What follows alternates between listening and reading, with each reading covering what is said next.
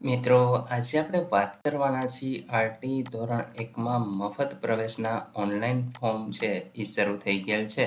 Online form કેવી રીતે ભરવું એના વિશે આજે આપણે આ વિડીયોની અંદર સંપૂર્ણ માહિતી મેળવશું. તે ઉપરાંત મિત્રો એની સાથે સાથે તમારે સેલ્ફ ડિક્લેરેશન ફોર્મ પણ ભરવાનું હોય છે. તો એ ફોર્મ કઈ રીતે ભરવું અને ક્યાંથી મેળવવું આ તમામ માહિતી તમને આ વિડીયોની અંદર આપવાની છે. તો વિડીયોને પૂરો જોવા વિનંતી. જો તમને વિડીયો ગમે તો લાઈક કરી દેજો, તમારા મિત્રો સુધી શેર કરજો અને ચેનલને સબસ્ક્રાઈબ કરી લેજો, જેથી આવી કોઈ પણ માહિતી આપ સુધી પહોંચતી રહે. તો ચાલો શરૂ કરીએ. મિત્રો, વિડીયો શરૂ કરીએ એ પહેલાં તમને જણાવી દઉં કે જો તમે તમારા બાળક માટે સ્કૂલ બેગ ખરીદવા માંગતા હોય તો અહીં તમને ડિસ્ક્રિપ્શનની અંદર લિંક મળી જશે, ત્યાંથી તમે ડિસ્કાઉન્ટ ભાવે આ જે બેગ છે એ ખરીદી શકો છો. અહીં અલગ અલગ વેરાયટીમાં તમને બેગ છે એ જોવા મળશે. તો મિત્રો, તમે ડિસ્ક્રિપ્શનની અંદર લિંક છે ત્યાંથી અવશ્ય એક વખત ક્લિક કરી અને ચેક કરી શકો છો. તો ચાલો હવે આપણે શરૂ કરીએ. મિત્રો, સૌપ્રથમ તમારે કોઈ એક બ્રાઉઝર ઓપન કરી આરટી ગુજરાત સર્ચ કરાવવાનું છે. અહીંયા તમને પહેલી જ વેબસાઇટ જોવા મળશે rt.orpgujarat.com. આ વેબસાઇટ ઉપર તમારે ક્લિક કરી લેવાનું છે. અહીંયા તમે જોઈ શકો છો અગત્યની સૂચના કરીને એક નોટિફિકેશન તમને જોવા મળશે. મિત્રો, 12/3/2025 સુધી તમે રાત્રે 12 વાગ્યા સુધી ઓનલાઈન અરજી કરી શકો છો. 28/2/2025 એટલે કે ગઈકાલથી આ ફોર્મ છે એ ભરાવાના શરૂ થઈ ગયેલ છે. મિત્રો, અહીંયા આરટી 1, 2, 3, 4 આમાંથી કોઈ પણ એક ઉપર તમે ક્લિક કરી અને તમારા બાળક માટે આરટીનું ફોર્મ ભરી શકો છો. તો આપણે અહીંયા આરટી 1 ઉપર ક્લિક કરશું. અહીંયા તમે જોઈ શકો છો નવી એપ્લિકેશન. તો આના ઉપર આપણે ક્લિક કરી દઈશું. તો અહીં ફોર્મ એ, ફોર્મ બી, શાળા પસંદગી, અપલોડ ડોક્યુમેન્ટ અને કન્ફર્મ. તો આ 5 સ્ટેપની અંદર તમારે અરજી ફોર્મ છે એ ભરવાનું હોય છે. સૌપ્રથમ તમારે તમારા બાળકની માહિતી નાખવાની હોય છે, જેમાં મિત્રો અહીં તમે જોશો કે બાળકનું નામ આવશે, ત્યાર પછી એમના પિતાનું નામ આવશે અને અટક અહીંયા આવશે.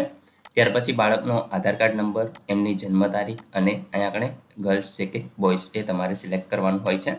ત્યાર પછી મિત્રો માતા પિતા અથવા તો વાલીના જે માહિતી હોય છે આધાર કાર્ડ પ્રમાણે એ તમારે નાખવાની હોય છે. તો અહીંયા સૌપ્રથમ માતાની એ જ રીતે નામ, અટક અને પતિનું નામ આવશે. ત્યાર પછી માતાના આધાર કાર્ડનો નંબર અને એ શૈક્ષણિક લાયકાત છે એ અહીંયા આવશે. મિત્રો, જો અહીંયા આગળ અભણ હોય તો તમારે પહેલું જ ઓપ્શન છે એ સિલેક્ટ કરી લેવાનું હોય છે. ત્યાર પછી માતાનો વ્યવસાય શું છે એ તમારે અહીંથી સિલેક્ટ કરવાનો છે. જો અનએમ્પ્લોય હોય તો એ તમારે અહીંયા સિલેક્ટ કરી લેવાનું રહેશે. ત્યાર પછી પિતાની માહિતી એ જ રીતે પિતાનું નામ, એમના પપ્પાનું નામ અને અટક અહીંયા લખવાની છે. પિતાના આધાર કાર્ડનો નંબર અહીંયા લખવાનો છે. એમની શૈક્ષણિક લાયકાત અહીંથી તમારે સિલેક્ટ કરી લેવાની હોય છે અને પિતાનો વ્યવસાય શું છે એ તમે અહીંથી સિલેક્ટ કરી લેશો.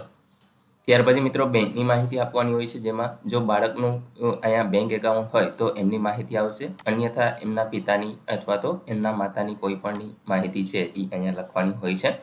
તો જેની પણ તમે સિલેક્ટ કરો, અહીંયા આગળ બેંક એકાઉન્ટ નંબર આવશે. ત્યાર પછી આઈએફએસસી કોડ લખવાનો હોય છે, એટલે ઓટોમેટિક અહીંયા બેંકનું નામ આવી જશે અને બ્રાન્ચ આવી જશે. ત્યાર પછી વાલીના બેંક એકાઉન્ટનું હોલ્ડરનું નામ, એટલે કે અહીંયા આગળ તમારે જેનું ખાતું છે એનું જે નામ છે એ લખી દેવાનું હોય છે અને આધાર કાર્ડનો આઈડી જે બેંક એકાઉન્ટ સાથે લિંક હોય એ તમારે અહીંયા આગળ લખવાનો હોય છે. ત્યાર પછી મિત્રો સંપર્ક માહિતીની અંદર મોબાઈલ નંબર આવશે. એ જ મોબાઈલ નંબર તમારે કન્ફર્મ કરવાનો અને વાલીનું ઈમેલ આઈડી અહીંયા લખવાનું થાય છે. ત્યાર પછી મિત્રો નેક્સ્ટ કરી દેવાનું રહેશે. ત્યાર પછી મિત્રો તમે ફોર્મ બીની અંદર આવી જશો. અહીંયા આપણે એડમિશન ડિટેલ જેમાં ધોરણ 1 ઓટોમેટિક આવી જશે. અહીંથી મિત્રો તમારે કયું માધ્યમ રાખવું છે, ઇંગ્લિશ, ગુજરાતી, હિન્દી, મરાઠી, ઉર્દુ કે ઓરિયા તેલુગુ, આમાંથી તમે કોઈ પણ સિલેક્ટ કરી શકો છો. ત્યાર પછી મિત્રો અહીંયા આપણે કેટેગરી તમારે સિલેક્ટ કરવાની છે, જે આપણે અગાઉના વિડીયોમાં જોઈ ગયા છીએ. તમને જે પણ લાગુ પડતી હોય એ તમારે અહીંથી સિલેક્ટ કરી લેવાની હોય છે. ત્યાર પછી મિત્રો તમે નીચે સ્ક્રોલ કરાવશો તો અહીંયા આગળ તમને અમુક ડિટેલ છે એ જિલ્લાવાર જોવા મળશે, જેમાં મિત્રો તમારે અહીંયા ગ્રામ્ય વિસ્તારમાં રહેતા હોય તો રૂરલ અને અર્બન વિસ્તારમાં એટલે કે શહેરી વિસ્તારમાં રહેતા હોય તો અર્બન સિલેક્ટ કરવાનું હોય છે. ત્યાર પછી મિત્રો અહીંથી તમારે તમારો જિલ્લો છે એ પસંદ કરી લેવાનો હોય છે, જેમ કે આપણે જામનગર સિલેક્ટ કરીશું. ત્યાર પછી અહીંયા આગળ તમારે આવકના દાખલાની આવક છે એ લખી દેવાની હોય છે. અહીંયા આગળ જે દિવસે આવકનો દાખલો કઢાવેલો હોય એ તારીખ છે એ તમારે અહીંયા આગળ લખી દેવાની હોય છે. મિત્રો ખાસ ધ્યાન રાખજો, 2022 1/4/2022 પછીનો દાખલો જ માન્ય રહેશે, તો એ તમે તારીખ અવશ્ય જોઈ લેજો, અન્યથા તમારું ફોર્મ છે એ અહીંયા આગળ રિજેક્ટ થઈ શકે છે. ત્યાર પછી મિત્રો અહીંયા આગળ તમારે લોકેશન છે એ સિલેક્ટ કરવાનું હોય છે. એની પહેલાં તમારે અહીંયા આગળ પૂરેપૂરું એડ્રેસ છે એ નાખી દેવાનું રહેશે અહીંયા તમારો તાલુકો સિલેક્ટ કરવાનો છે, ત્યાર પછી ગામનું નામ, અહીંયા આગળ મિત્રો વોર્ડ નંબર છે એ સિલેક્ટ કરી લેવાનો હોય છે.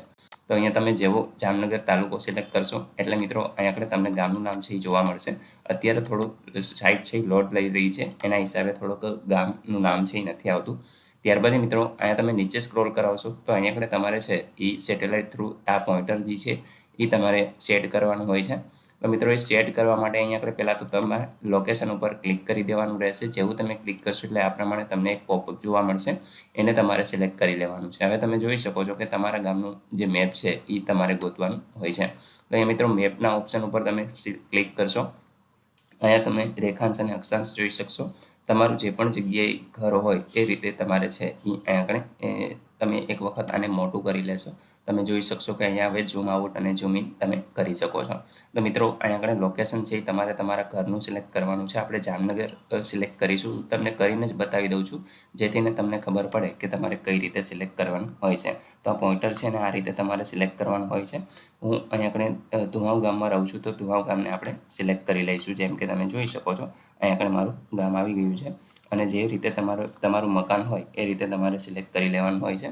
જેમ કે અહીંયા ગામ છે એ આખું તમને તમામ જે ઘર છે એ મકાન પણ જોવા મળશે. તો મિત્રો અહીંયા આપણે એક વખત સેટેલાઇટ વ્યૂ કરશો એટલે તમારું ઘરનું જે અહીંયા આપણે લોકેશન છે એ પણ તમને દેખાઈ જશે.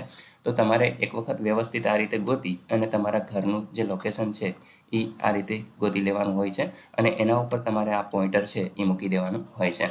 ત્યાર પછી મિત્રો અહીંથી સ્મોલ કરી દેવાનો હોય છે મેપ, અને ત્યાર પછી અહીંયા બધી વિગત ભરી અને નીચે નેક્સ્ટનું ઓપ્શન છે એના ઉપર આપણે ક્લિક કરી દઈશું.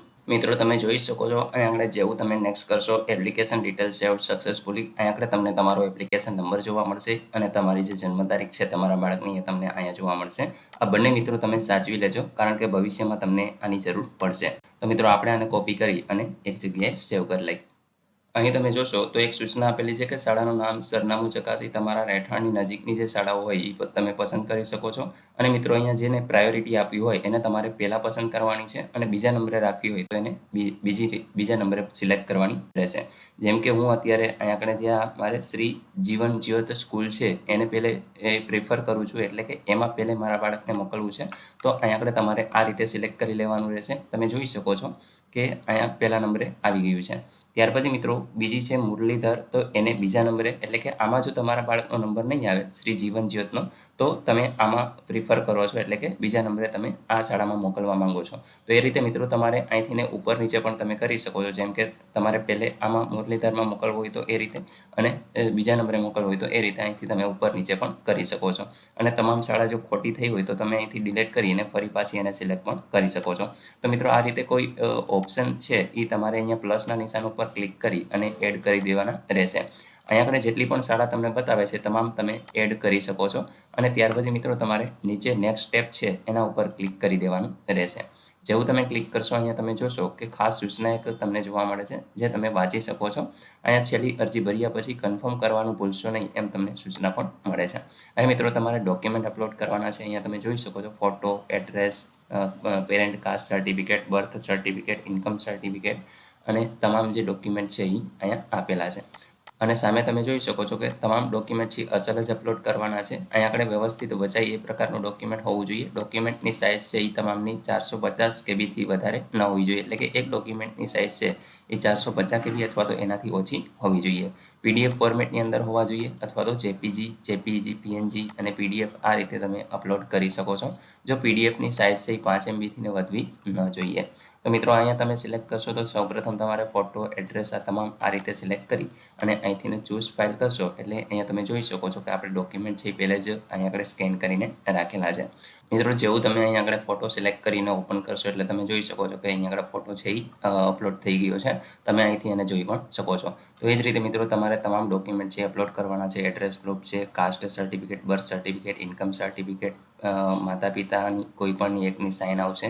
સેલ્ફ ડિક્લેરેશન ફોર્મ, મિત્રો સેલ્ફ ડિક્લેરેશન ફોર્મ કઈ રીતે ભરવું એના વિશે આપણે પહેલે જ વિડીયો બનાવેલો છે, ડિસ્ક્રિપ્શનમાં તમને લિંક મળી જશે, ત્યાંથી જોઈ લેજો. તો આપણે મિત્રો તમામ ડોક્યુમેન્ટ અપલોડ કરી અને આગળ વધીએ. મિત્રો તમામ ડોક્યુમેન્ટ અપલોડ થઈ ગયા છે તમે જોઈ શકો છો. ત્યાર પછી નેક્સ્ટનું બટન દબાવશો અને તમારે તમારી અરજીને કન્ફર્મ કરી દેવાની રહેશે. ત્યાર પછી મિત્રો તમારે એની પ્રિન્ટ છે એ મેળવી લેવાની છે, એટલે તમારી અરજી છે એ અહીં સફળતાપૂર્વક સબમિટ થઈ જશે. આશા રાખું છું કે આ વિડીયોની અંદર તમને ઓનલાઈન અરજી કરવા વિશે તમામ માહિતી મળી ગઈ છે. તેમ છતાં પણ કોઈ પ્રશ્ન હોય તો કોમેન્ટ દ્વારા પૂછી શકો છો. વિડીયોને લાઇક કરજો, તમારા મિત્રો સુધી શેર કરજો અને ચેનલને સબસ્ક્રાઇબ કરી લેજો, જેથી આવી કોઈ પણ માહિતી આપ સુધી પહોંચતી રહે. વિડીયો જોવા બદલ આપનો ખૂબ ખૂબ આભાર. મળીએ એક નવા વિડીયો સાથે. ત્યાં સુધી જય હિન્દ.